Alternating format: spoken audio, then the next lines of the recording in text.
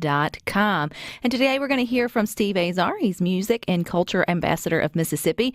Recently, his song, One Mississippi, has become our official state song, and it's turning into a children's book. And joining him is author and illustrator Sarah Frances Hardy. Hey, guys.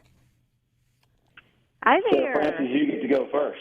All right. Well, I'm going to let you go first, Steve, because One Mississippi was your idea. It was your brainchild as a song that caught wind and now is our official state song. How did you sort of get inspired by that and then it roll into this idea for a children's book? Well, first of all, I'm so excited that Sarah Frances has joined with me. I'm a fan. I had her on my show well before we conceived the idea, but obviously I wrote the song for the bicentennial back in 16 for 2017. I actually debuted it in Sarah Frances' hometown of Oxford, where she lives now, and at William Faulkner's home there. The first time I ever played it, and when I walked off after playing it, someone walked up to me and said, "That needs to be our state song." And so the funny thing was, everywhere I played it for the next 3.5, 4 years, before it ever came up, actually to, in legislature, it actually, everywhere I went, everywhere, somebody would say that when I'd play it. And so I don't think I'm smart enough to think that far ahead, but, I did love writing the songs. I do love our state like you guys do. And I wanted, now that we have this song, and I've seen so many kids singing it with such joy and pride, and when I've done it together, I've had so many text messages from friends putting their babies to sleep with it playing, or either their kids learning it at school, at certain schools, and they're sitting in front of their computer trying to sing it or say it. And now we have Sarah Frances, who is just brilliant. I've seen the work that she's done on this so far, and every time I just stop because it's 7 beautiful children. Sarah Frances, I hope I didn't mess that up. I think it's 7, and that she's created, and they're literally taking you through a walk of the lyric. Every page that you turn is the lyric, and then they're acting out the lyric, and they're articulating what the lyric is all about in the history of our state, and just really grateful, and we're excited about this book. Sarah Frances, when you first heard Steve Azar unveil One Mississippi in Oxford, could you have fathomed that, I don't know, however many years or time fast forward, that you would be partnering with a children's book? Well, no, I could not have imagined any of this. I feel very blessed and grateful to have been looped in on this project. The song is so good.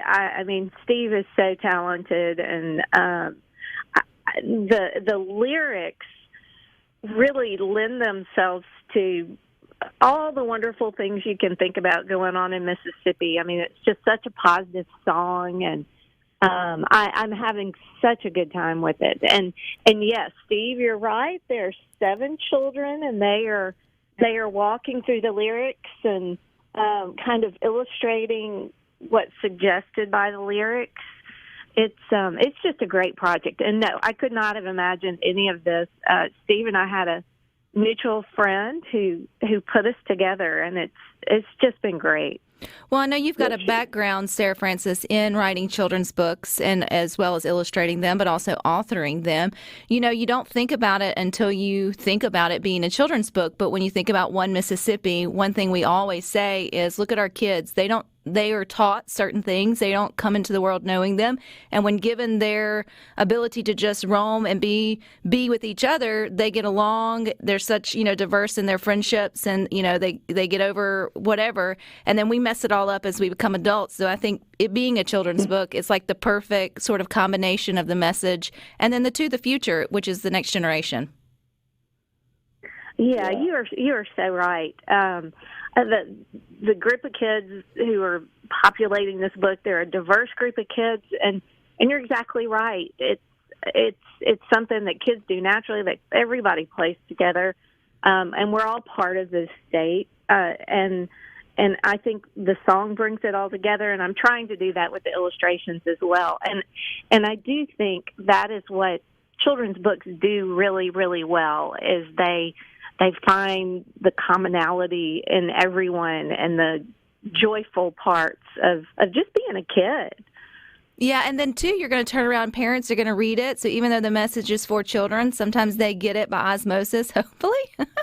And Sure. yeah, it's just sort of a beautiful way to sort of spread that joy. I mean, Steve, I know you've thought of you're a creator by nature, and you're branching into a lot of things I don't think you ever recognized you would, like cooking being one. Love your post, by the way.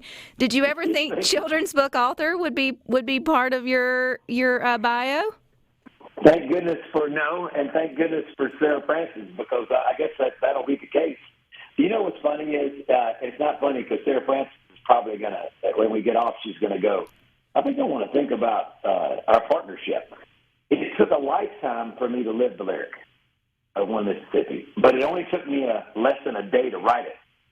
Now, I'm gonna have to back up and use my lifetime, because as part of my negotiating chip now that I've opened that up, because Sarah Francis has worked her tail off. She's had to, I asked her the other day, you think about the hard work that she's putting in, first of all, creating these beautiful children and representing Mississippi so well. And then she has to do it over and over on every page and have all the things that are working with the lyrics. So it's constant drawing these kids over doing different things. And it's not like singing the chorus over and over. Once you got the chorus, you're good to go. I mean, so she's really working hard. And I got to tell you, I'm just grateful for her. And what I've seen, I mean, I love it because she goes, well, what do you think? And I'm going like, well, what am I supposed to say? It's absolutely mind-boggling perfect. Sarah Francis, it's beautiful to look at. When you're thinking of those 7 representations for the children that will be in the book One Mississippi, did they come to you easily? Did you draw inspiration from either your childhood, or maybe if you have children's, their friends, or did you do a little homework to make sure everything was represented? Well, all of the above. And first of all, I cannot let all those kind words pass without just saying thank you. Thank you, Steve. I feel like you did the hard work with writing the song, because I couldn't have written a song or the lyrics that you came up with. So thank you. But the children, I actually, during the COVID lockdown, I started drawing these little characters, and there were even more than these 7, and I would put masks on them and, just made stickers and things like that for kids to take to school. And so I loved these little characters that I had drawn, and I had been wanting to do something with them. And so when I heard Steve's song and started thinking about how to illustrate it, it's not as much fun for kids to just look at pictures of, the landscape or of a car driving down the road or whatever. But it's really fun for kids to see themselves in these landscapes and doing things in these landscapes. So I knew I wanted to have a lot of action on each page. And yes, I did work hard. I tried to do a good representation of different races in the state, and the kids all look a little different from each other, and I did work hard to try and give a good representation, because kids want to see themselves. Absolutely. That's really the most important thing. And it'll also speak and share, the story of Mississippi in an appropriate way with a beautiful song and beautiful lyrics. And I think it's just going to be a really nice package. So I know what everyone likes to say is, well, when is it going to be done? And so do you have a deadline, or when will it be out for families to be able to enjoy, or is that to be determined? Francis, let me jump in and say this. She's getting close, and she's honing in. Our goal is to put it in every K through 3 hands, every kid in the fall, if it can happen. That's our goal, and hopefully it will happen, and that they'll have it in their hands. But we got a lot of work to do to go out and make sure that we've got it, that those fees covered for them and all that. And then after that, if every kindergarten year you get a book, every kid gets a book, I think it'd be great. You guys said something that's very important.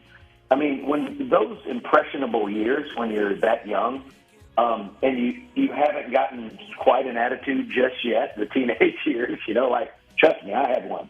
And but it's that innocent time where you're so open to so much. So I think I'm just excited. So hopefully the fall is the answer. Well, we're all excited, Sarah Francis. You'll have to come by, bring a book. You're welcome back on Good Things when it gets ready. I will. Congratulations to you both, and thank you for your time. I'll bring my guitar, you bring the book, and we'll meet in the middle. Thanks. Perfect. I'll hold it to you. All right, you guys stick with us. We got more.